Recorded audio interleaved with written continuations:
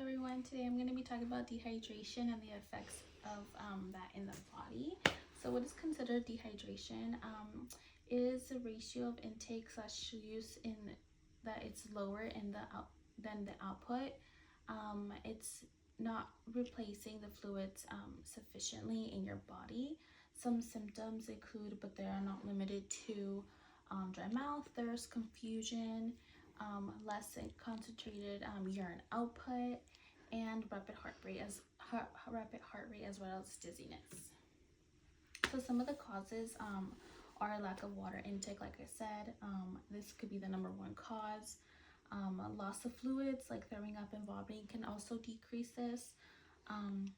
Fever causing sweating and diseases can also increase dehydration, and in some cases undiagnosed situations of diabetes.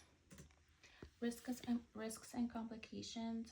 Unfortunately, infants are not able to vocalize whether or not they're thirsty, and they are more febrile, and they have more issues with vomiting and just losing fluids like that, as well as older adults. They lose their ability to retain fluids as well. So this is tied in with the urinary system. So this is a picture of two kidneys attached to the bladder. A nephron is a basic functional unit of the kidney. We have two kidneys. They are positioned retroperitoneal, meaning they are anatomically behind the peritoneum, which is the abdominal cavity. The kidneys produce urine, which regulate water volume, and erythropoiesis through a hormone called erythropoietin. This is a closer look at that, the glomerular capsule in detail. So what is it? It is the primary filtration of the kidney. It filtrates urine, and it flushes out unnecessary material. Where can you find it? You can find it in the renal cortex. Side effects of dehydration. Unfortunately, it weakens your immune system. It also causes issues with your heart. It causes thickening of your blood, restricting your blood flow, increasing blood pressure and cholesterol. Premature aging. You can see that physically it dehydrates your skin. Your skin is composed of 20% of water. So that's definitely a physical sign of dehydration.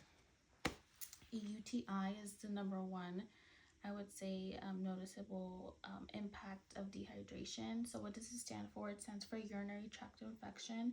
Females, unfortunately, are more susceptible to this because we have a shorter urethra and it's close to the anus where there is a lot of bacteria. Treatment, antibiotics are the number one treatment, and you can get that from your healthcare provider. So dehydration and homeostasis are correlated because it's correlated through a negative feedback loop. The way it works is your hypothalamus signals your brain telling your body that it's thirsty. Then the pituitary gland releases ADH, which is antidiuretic hormone, which then signals your kidneys to reabsorb more water. And hopefully by that time you would already be consuming more water just by the thirst effect of that. Prevention. Number one prevention that you can do is drink more fluids constantly, and it will definitely help with the dehydration. Thank you.